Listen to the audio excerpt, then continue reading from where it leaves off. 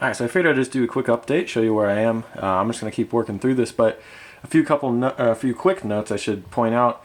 I'm using N-scale cork for the interchange, the spur over there, and obviously next to the interchange is the helper track. So all that's going to be on N-scale cork. If you get down low, hard to tell here, but it is lower, just a little bit. So because of that, I'm going to have to put in a little bit of support over here where we have this turnout transitioning from full height roadbed to N-scale roadbed. I thought about using a power sander to just get a nice smooth gradient, but it'll be just as easy to put a couple styrene fillers in underneath the track right there. You can also see it's starting to take shape down here. I have the interchange track actually in and pretty much permanent. You can see here I got a pretty clean cut up against the edge of the layout here, so I think that's looking pretty good. If we move around here, get from a different angle, so now you get to see here's that interchange track that'll eventually in real life this heads off north from Crawford, so we can park a bunch of cars here. The next thing I need to do is get that helper track to run through and connect over here. I don't have this turnout in yet, but what I've been doing to secure the track down, well actually first to secure the here's the N-scale cork. To secure that, I've been using just liquid nails, and it's really easy. You just set the sheet down, and obviously it sticks.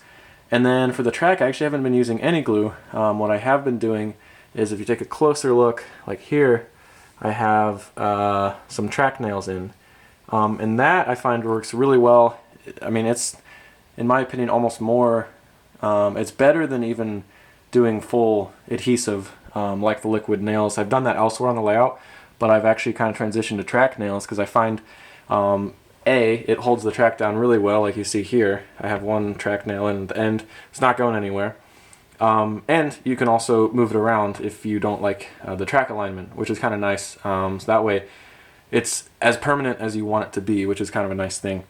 So as I was pointing out, what I need to do now is get the other turnouts in. Like I gotta splice this one in for the grain elevator, and then I have the crossover here, one turnout there, that one's already in, and then that's for our helper track. So once I get that in, then I'll just splice in the leftover track, like flex track, and then I'll just have to continue on down that way, installing the concrete tie flex track. Alright, so while we're on the topic of installing track, I just want to show you what I'm doing with the feeder wires. I've shown this before, I'm pretty sure, but I'm using, this is 18 gauge solid core copper wire. So what I do, obviously you got to drill holes on either side of your track, and I've kept the code that the right hand rail, at least moving upgrade, is red, so R for red, right, you know, that kind of association there, and then the white is the left rail. So I've just gone ahead and drilled in. I have my bus wires, they run underneath, and we'll take a look at that after I get everything wired up. And I've also finished much of the track work in here, so we'll talk about that in a second. But anyway, I just go ahead and snip off a section using needle nose pliers, and then go ahead and strip the top, and then can't really see it here, but go ahead and bend the exposed wire at a 90-degree angle, and then I crimp it at the top just to give it a wider surface area contact with the web of the rail. And then I'm just going to work down the line. I'll do it, install the feeders as you see here, and then I'll come back with my soldering iron and then solder the wires to the edge. And then when that's all done, I will attach the feeder wires to the bus, the power bus beneath the layout, using suitcase connectors, because those have worked well for me.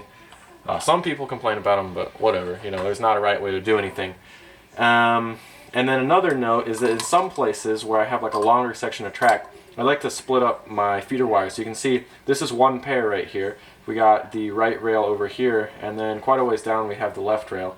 And that's just, I don't know, you don't have to do it. I like to do it in some areas just because I feel like it reduces the risk of having two feeder wires get knocked off or something like that. So just a little thing that I like to do. So I just finished up all the feeder wires here in Crawford. That includes the main line and then of course all of our other tracks down here. And everything's up and running smoothly as far as I can tell. So now comes the fun part, which is running trains and testing all the track work. So let's go ahead and take a break here. We'll wrap up this video with a little op session, and I'm going to go ahead and explain some operations as they might happen here in Crawford. And then in our next video, we're probably going to start some scenery. So the first train of the day here is a small little switch job using some foreign power, and right now this KCS unit is picking up a couple of grain cars from the grain elevator off to the side there. So he's going to pull that small cut of cars out onto the main line.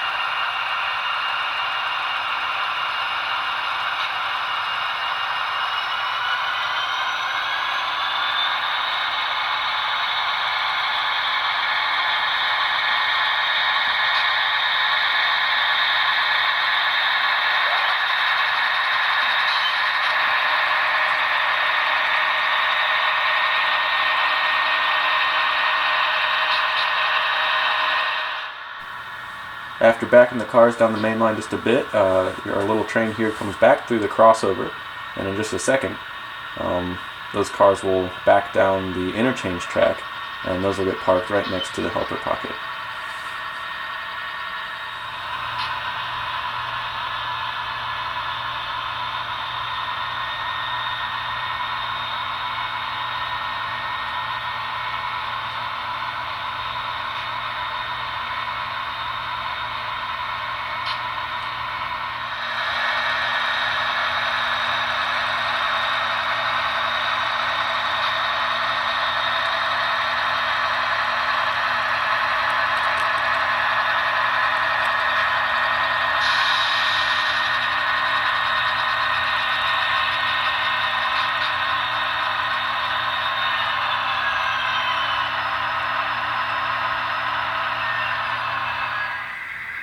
The next train of the day, after the KCS unit is left and headed back to Alliance, Nebraska, is a loaded coal train. So just pretend like there are loads in the coal cars. There aren't, but pretend.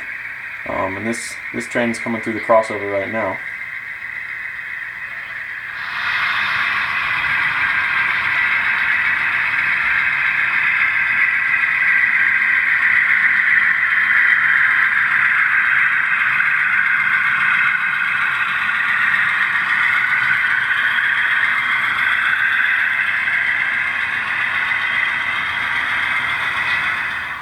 And once the rear end of the train clears the east end helper pocket turnout, it'll go ahead and stop. And what we'll see now is the helper units are going to go ahead and exit onto the main line. Once they're coupled up, they'll help this train get up and over the grade.